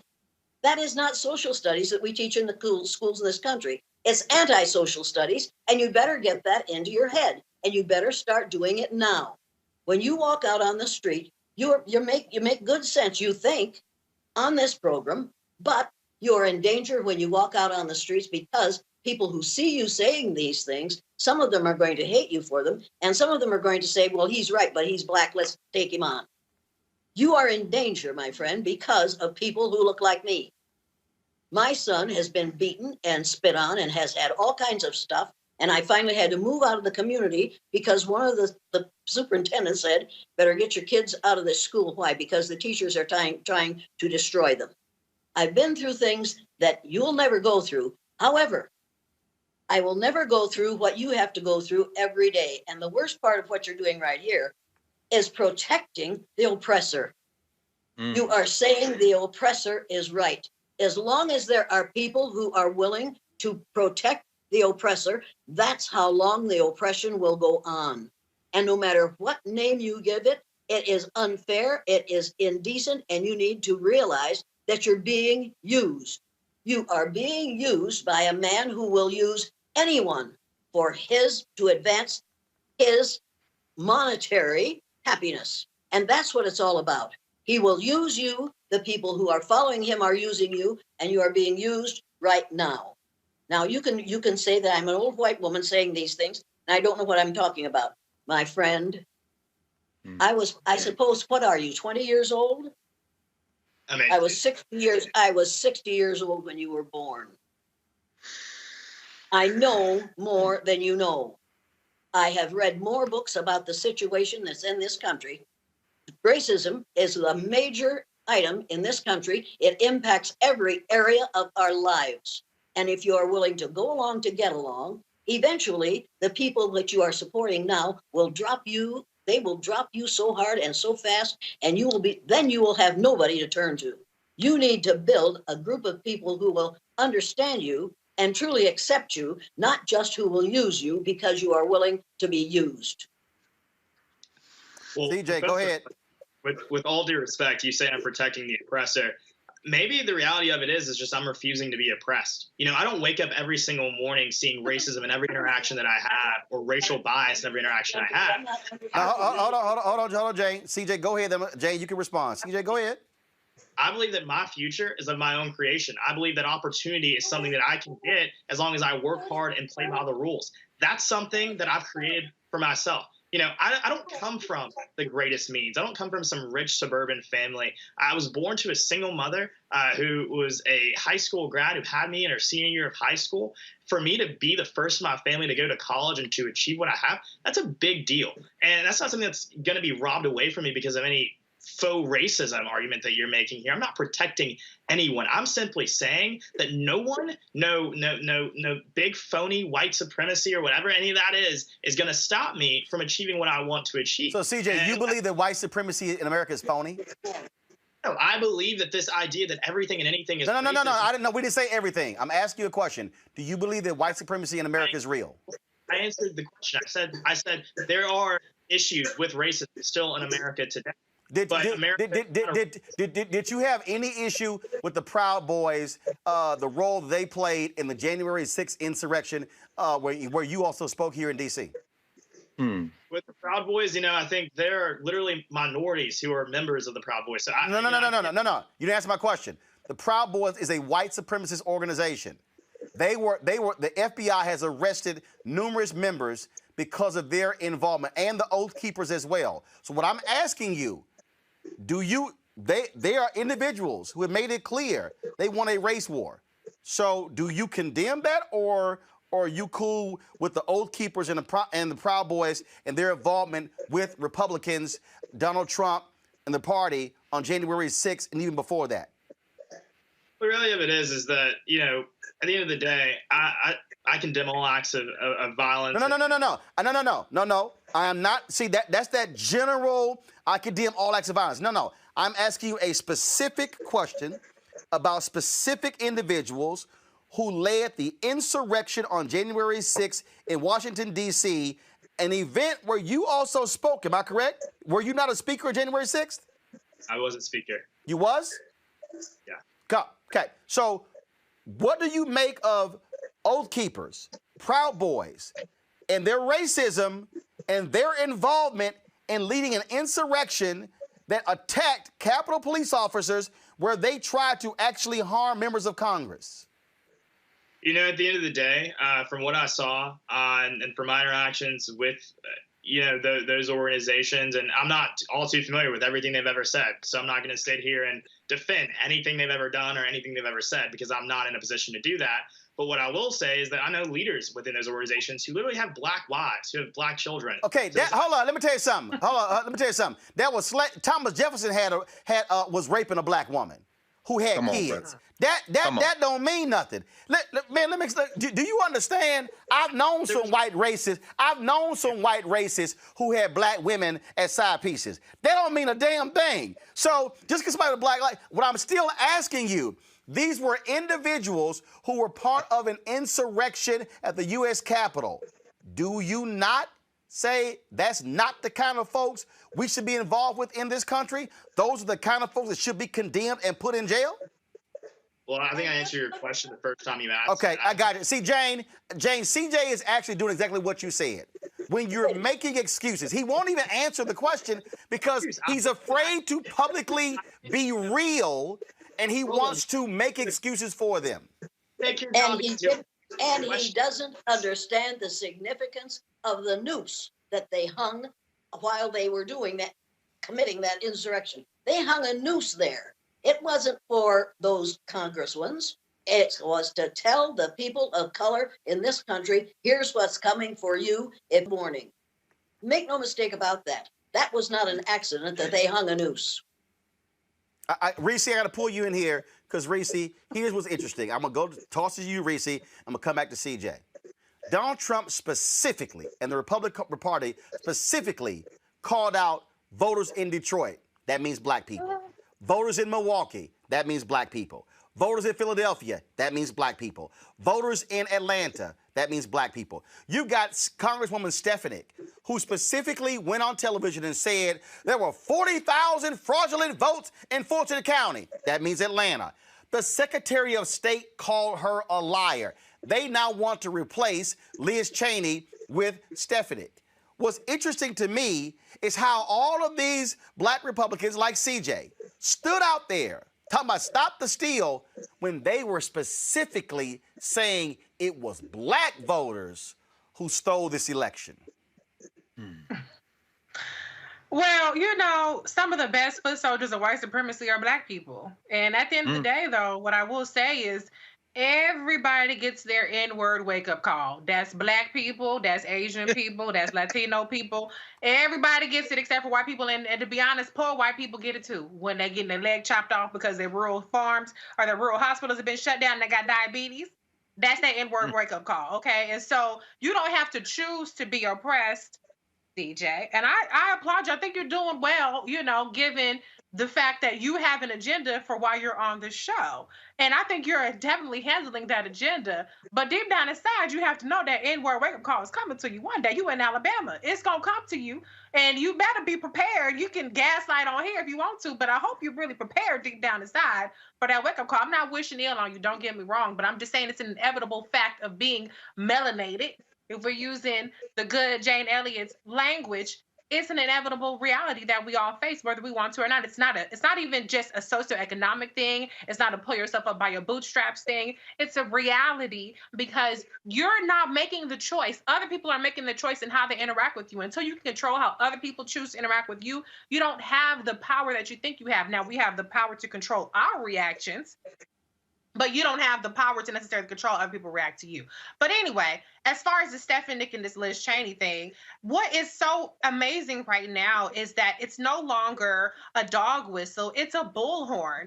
And what is giving people more power is being completely divorced from reality. The election has changed the point to where we don't just have disinformation that is running the Republican Party, we have delusion that's running it. They have completely bought in to the fact that, hey, we have 70% of these Republicans by the balls. They're willing to believe whatever the hell it is that we tell them. So let's go all in. Let's keep going with these delusional, completely fabricated claims, because then we get them to buy in on whatever that we're doing and to not notice the fact that, hey, more people, as CJ noted, we do have a vaccine.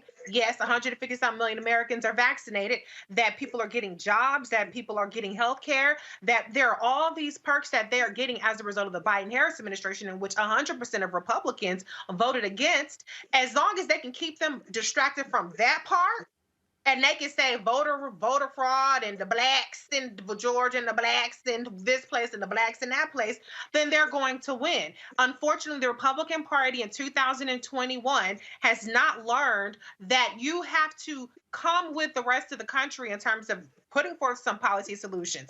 The Republican Party used to have a brand of actually being about being for business and being for, small government. Now their brand is all lies and delusion and racism. If they could actually put forth some sort of solutions, then maybe they could be more competitive. But if the way that they choose to be competitive is to suppress the vote, is to go all in on racism and go all in an alternate reality. And we're going to see how far that gets them. Unfortunately, it can get them pretty far in the short term, but in the long term, we'll see how far it gets them and how much damage they do in the process. So, CJ, did it bother you at all when Donald Trump and Republicans were specifically targeting voters in Detroit, Philadelphia, Milwaukee, and Atlanta? Who were they talking about in those 4 cities? It doesn't bother me, Roland, because I don't see race in every comment that's made. So why did they pick those 4 cities? What's unique about those 4 cities? Each of those elections in those cities were administered by Democrats. No. That's 4 specific cities. They didn't say Charlotte. They didn't say Mecklenburg County. They didn't say Houston. They said 4 specific cities. They didn't say Lansing. They didn't say Pontiac. They didn't say Racine. They said Milwaukee. They didn't say Scranton. They said Philadelphia. They didn't say Augusta. They said Atlanta. So why specifically did they say those 4 cities? Roland, you can ask me that question 4 more times. The answer will be the same. So you don't think it was because those 4 cities had significant numbers of black voters? No, because I refuse to live in this ideal world that you live in where everything is racist and everything. No. So why didn't they pick a majority white city where there were Democratic voters? Because see, if your argument is they were Democrat, no, but they were real specific. In fact, Donald Trump had a partial recount in Wisconsin, and it was of Milwaukee. So in your clear vision, in your free-thinking vision, you can't make the connection Philadelphia, Milwaukee, Atlanta, Detroit? I think those are all urban centers with huge populations. So when the Republicans in Michigan said, let's certify all votes in Michigan except Detroit, what did they mean? They mean let's look at the city with the largest population in the state where the most votes are going to be found, and let's make sure those votes are right. That's what they meant. Yeah, okay. Okay, that makes sense. Hey, bro, can I ask our young brother a question? Yes, Greg, go ahead. I'm going to go Greg, then Jane. Go ahead, I'm sorry. Just very quickly, Brother CJ, do you think that in this country, people should have access to a kind of basic level of quality or affordable health care?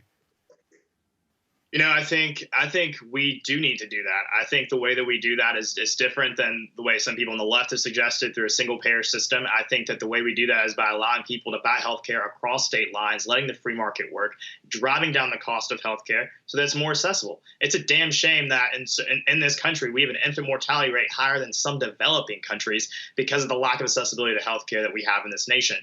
Republicans have dropped the ball on that issue. Democrats talk about healthcare all day long. They have these plans. Even though they're bad plans, I don't endorse those plans. I don't like those plans. At least they have a plan for it. Republicans spent years talking about repealing Obamacare, but never came up with a solution to it. And so people were like, why don't Republicans care about healthcare? It's because we haven't talked about it enough and we haven't presented a plan to do it. So yeah, I agree with you. We definitely need to. I appreciate that. I appreciate that, brother. So we're on one accord of that now. Yeah, we might debate and disagree on how to get access, but let's get very specific and tune this in. In the recent package that was passed by the federal government, with the unified Republican lack of support in the state where you're now going to school, Alabama, Medicaid expansion would put 300,000 more Alabamans on the roll to get access to health care. It would also bring $900 million to Alabama. And this is taxpayer money. We all pay taxes in one form or another. $900 million, almost $1 billion to Alabama, because the federal government would pick up 90% of the cost. The governor of Alabama, a Republican, Kay Ivey, has said that she's willing to consider it. And many of those folks, if not most of the folks who will receive access to the kind of health care that we both agree people should have in this country, will be white. What's your thoughts on that? Should Alabama go for Medicaid expansion? Currently, it's one of 12 states that will not accept Medicaid expansion, all of them controlled by Republicans. But what do you think about that in Alabama, brother? You know, I'll be real with you. I'm a big fiscal conservative. I think that, you know, every solution should be looked at. At the end of the day, we have to look at to what type of nation our next generation is going to inherit. You know, we can't keep spending and spending and spending and expecting no one to foot the bill, because it's going to be my generation that has to do that. You know, I want to solve this issue. I want to ensure that everyone who wants healthcare has access to it in a way that doesn't explode the side of government and doesn't lead to a ballooning deficit.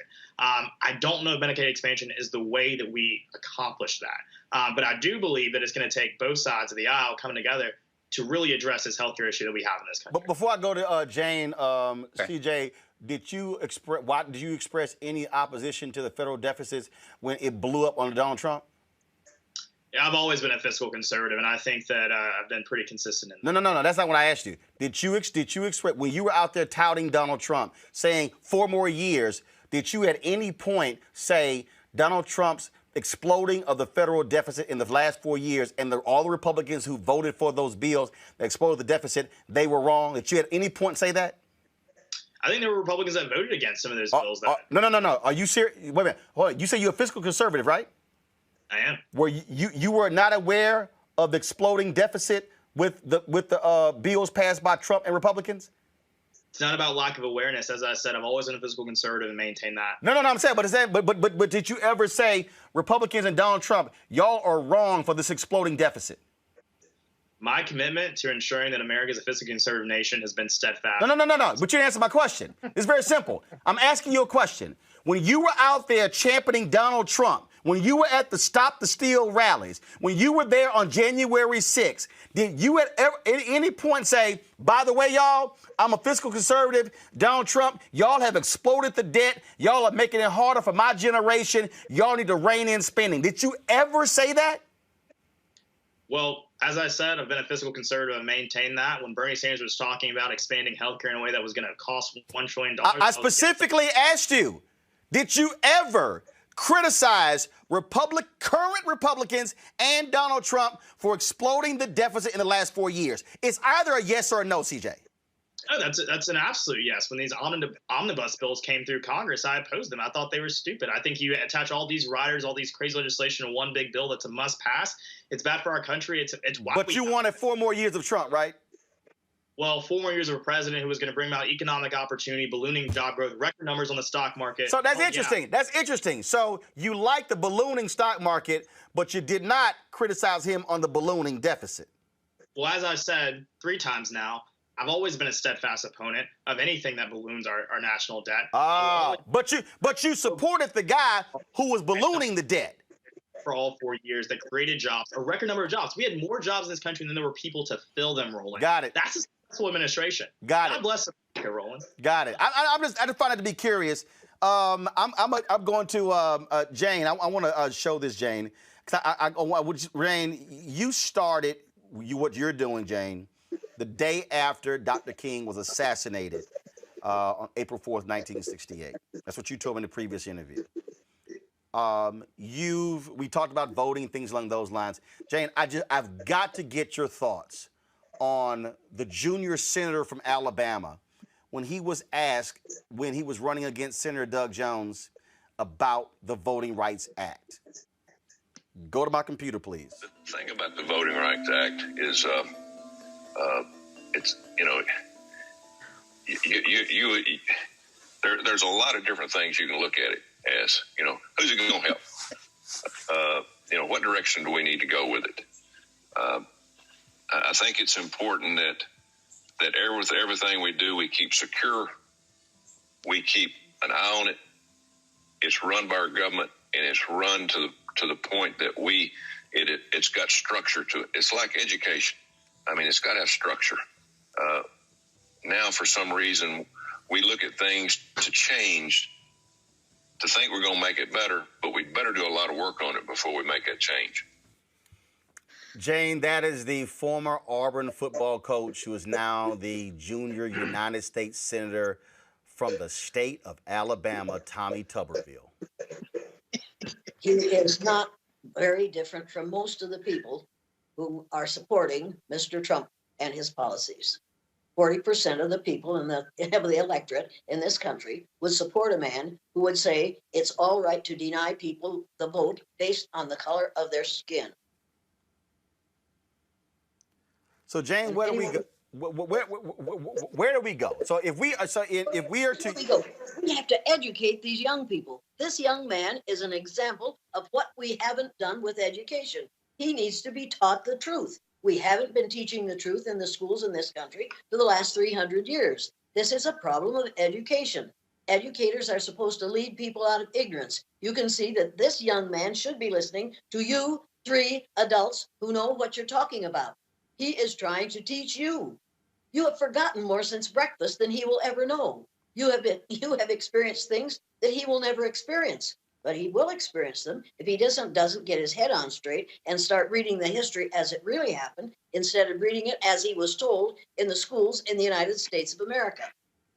He firmly believes that a person who can make the amount of money that our former president did by grifting others is more admirable than you 3 people who know what you're talking about. You've been where he's going.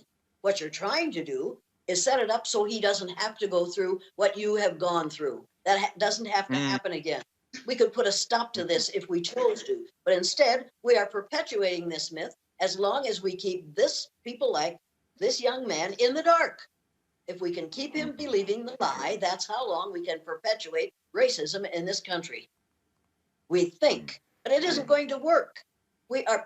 Melanated people are going to be grossly outnumbered, and it's coming faster than we expected it. We've got to change our behaviors. We've got to change our attitude. We've got to change our beliefs. We've got to change our myths, and we've got to stop telling myths as though they are fact. We've got to start dealing with the truth in this country. Final comment. I'm going to go now to Reese. My final comment is I don't believe for 1 second that CJ doesn't know better. Bless you. I'm not trying to lecture you or anything like that. I think you're doing what you set out to do, which is you have a brand, you have an agenda, you're young, you have a bright future ahead of you in the conservative world if you continue to regurgitate your talking points and stick to that script. But I just say again, I hope you don't get that N-word wake-up call that we all get one day, one way or another. CJ. Well, Roland, I want to thank you for having me. I actually really did have a good time today, so thank you so much for extending the invitation. But really beyond all that, I will say, I'm not a victim. I don't live in a constant state of oppression. I believe that we create the opportunities that we want to have in this country. I'm proud to have supported President Trump. We'll be proud to support him again in the event that he does run. But really what this is all about for me, this is bigger than race. I think the way that we actually bridge the racial divide, the way that we actually ensure that Black and brown people are uplifted in this nation is by encouraging, actual policies that are going to uplift our people, right? Policies that are going to ensure that we are able to create small businesses. Policies that are going to ensure that we're not wedded to the federal government for entitlement spending like food stamps, welfare, whatever. We need to create victors, not victims. That's what I'm all about. That's my idea. That's my platform. That's my agenda. It's not about pushing Donald Trump's plan or pushing white people or whatever. It's about pushing the idea that Black people control their own destiny in this country because we are no longer slaves. We are people that control who we wish to be, who we are, and that's what I believe, period. Greg Carr. Yeah, no, this has been very useful, I think, in some ways. In other ways, not so much. But Reese cut through all of it when it comes to this specific conversation. You did your job well, young brother. You stayed on brand. As a Gen Zer, you know the importance of sticking to a message when folks aren't going to dig much deeper. And just know that there have always been individuals who, oppressors of all type, have picked out of the groups that are oppressed in order to do two things: give them a bit of a safety valve and a bit of a fig leaf, as you heard Professor Elliott say. And also, those people are well rewarded. That's the second thing. And you're right about Colin Powell. Colin Powell back in January said, you know, I no longer am affiliated with the Republican Party, but that isn't because he didn't want to be a fiscal conservative. That isn't because he's not a warmonger, because he absolutely is. And another reason not to look at Lynn Cheney as a hero, her father is the reason there are a number of women and men who are dead right now for the misadventure overseas 20 years that's been going on. But ultimately, it pays well. And as Reese said, I hope you don't get that wake-up call. But as Professor Elliott has said, you know, we're trying to help you understand that no matter how well you do as an individual, in the words of Frantz Fanon, you are overdetermined from without, because race is not something people who enslaved your ancestors brought. It is something that was created to keep your ancestors in place. And once we fought our way out of that, to keep them on the bottom of this very deeply capitalist structure. And so as you are there in Alabama, and if you can name all 50 states, you can say at least one word in a half a dozen, actually, no, what am I saying, a half dozen, at least a couple of dozen Native American languages, meaning the first crime of this country was settler colonialism. Never forget that no matter how you think about yourself as an individual, I hope, because, you know, I've spent many dark nights in Alabama, let us all pray that whatever you're saying and doing won't turn into a situation when you confront the fact that no matter how you feel about yourself, it is how this country feels about you that determines a lot of your life chances and a lot of the life chances of the people who will remain oppressed, in part because you will be used as a pawn by those who will keep us oppressed by saying, but look, there's CJ. So just be careful, brother. And our doors are always open. I hope you come back for more of this conversation. Jane, close us out, Jane. Yes. Well, you've all said it all. I don't need to say any more. I'm just shocked that this young man, with all his education, doesn't know what's going on in this country. I don't understand how he cannot see what's going on around him. Yes, I do too. He's young and he will grow up. If he is allowed to grow up in this country, I will be extremely pleased.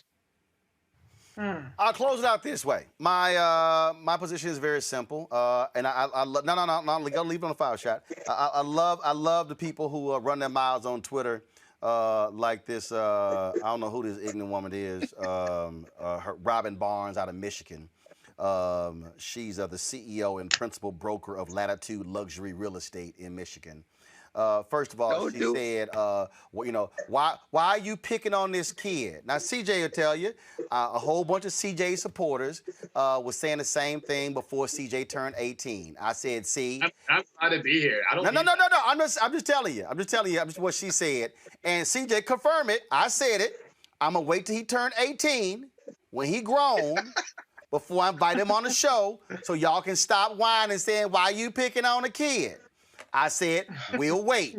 When he turned 18, I said, now you can come on the show. The other thing is this here.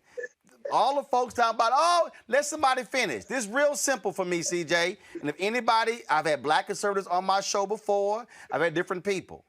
When somebody says something that's not true, I'ma jack them. I don't care whether you conservative, liberal, when you use stuff that's factually incorrect, I'ma stop you because I can't let the audience, I ain't Tucker, I'm not Sean, I'm not that fool Grant, Sean Spicer, Laura Ingraham. I don't let non-factual stuff slide on the show. Last one. If I answer this, my only advice for you, CJ.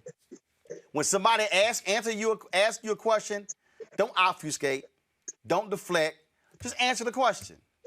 Because here's the deal. When you don't answer the question, it sounds like you don't want to answer the question. And so I'm a press folk. So, and I get, hey, everybody, I know how to stay on point. I know how not to get trapped. But the point I'm saying is, you're going to come on, hey, answer it. Say it. Nope, I didn't call Donald Trump out when it came to the deficit, but I still supported him. That's the only deal there. But this is all I ask. This is all I ask you, CJ. And I've said this to Eugene. I've said it to Chris. I've said it to Paris. Said to Shermichael. I can name every black Republican I've had. Don't be afraid to check your party. Don't be afraid to check your party on race. Don't be afraid to say to your party when they screw up, hey, y'all ain't doing what's right. Do not defend their bullshit. Because what they want are black people to give them cover. And all I'm saying, as a brother who's 52, who knows Michael Williams, when a Republican would not condemn black church burnings, his wife Donna said they were going to have a fundraiser in her house, at their house. Donna said, ain't no man welcome in my house who will not condemn the burning of black churches. Michael worked for Ronald Reagan and George H.W. Bush, and he worked for Governor George W. Bush, said, no, will we not be a fundraiser in our house? And so what I ask of black Republicans, be like Bob Brown, be like Alphonso Jackson, be like black Republicans who are willing to challenge their party, be like Michael Steele to call them out when they're wrong. And let me be real clear, you see a whole bunch of Democrats know how I jam them up. And Speaker Nancy Pelosi's office been avoiding me for 10 months. And I'm calling her out constantly. And I'm letting them know. And trust me, I ain't on no Obama mailing list because I also was willing to critique him when need be. I ain't a Democrat. I ain't a Republican. I'm not liberal. I'm not conservative. Because of Jane, I'm a melanated man. For my mom and daddy, I'm a black man, Reese. I'm going to go with you on that one. And we going to call it like it is. That's how we going to roll. Folks, I appreciate it. A great conversation. It's a whole bunch of other stuff we had, but I blew the rest of the whole show up. That's what you do when you own your shit. Jane, it's always great to see you. Thank you so very much. Reese, glad to have you back. Your newborn baby. Thank you so very much. CJ, we'll have you back if you want to come back. Greg Carr, always a pleasure, my alpha brother. And all you, Jane, go ahead. You are all welcome to come to my house in Iowa, but you especially, CJ, I want to see you at my house in Iowa. And I want to sit down with you and have a discussion as to how lucky you are to still be alive. All right, hey, we can hop in the Ro-Ro-Mobile and take a trip to Iowa. That would be something. Where you are seen as something we need to destroy. Make no mistake about this.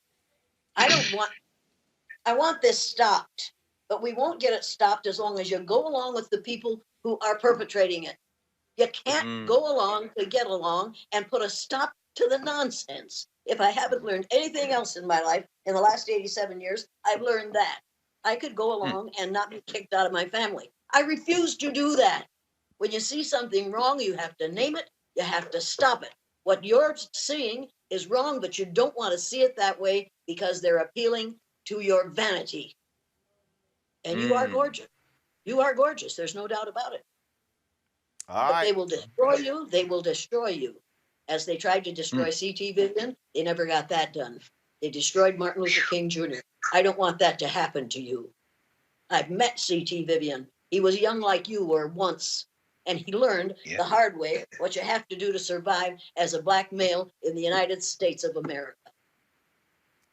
Reverend Dr. C.T. Vivian was my frat brother, and I always enjoyed the opportunity to sit down and chat with him. He was an absolutely great man. We lost him last year, and we miss him dearly.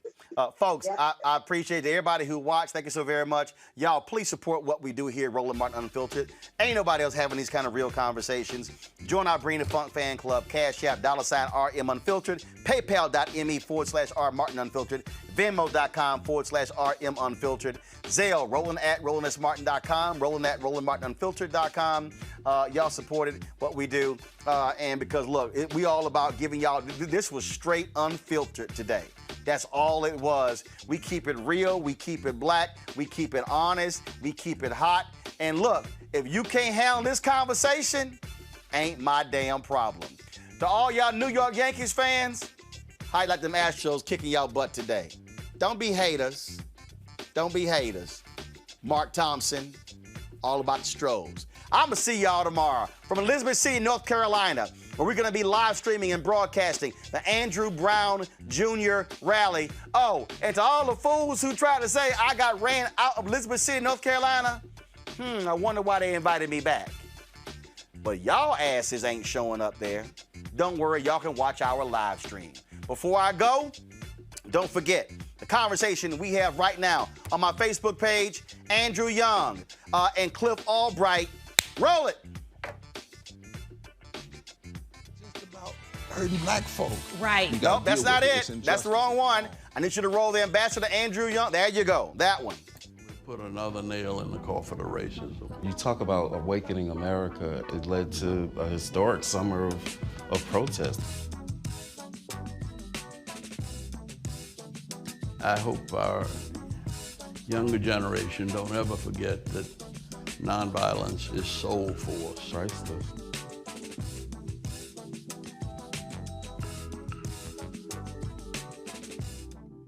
Go to our Facebook page right now. You can see that conversation with Andrew Young and Cliff Albright. Now, this Monday, 11 a.m. Eastern, we're going to premiere Reverend Dr. William J. Barber and a sister who climbed that flagpole and took down the Confederate flag in South Carolina, Bree Newsom. Sneak peek of their conversation. White supremacy ain't just about hurting black folk. Right. You got to deal with it. It's injustice. It's wrong. I do feel like in this generation, we've got to do more around being intentional and resolving conflict. You and I haven't always agreed. Yeah. But we agree on the big piece. Yeah. Our conflict is not about destruction. Conflict's going to happen.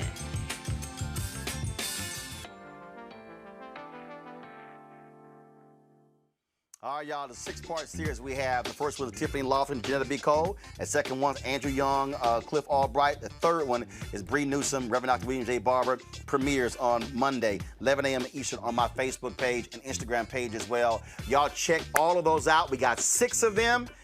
2 are already aired. Third one airs on Monday. I told y'all, ain't nobody doing what we doing. That's why y'all got to support us in what we do. I'm going to see y'all tomorrow from Elizabeth City, North Carolina.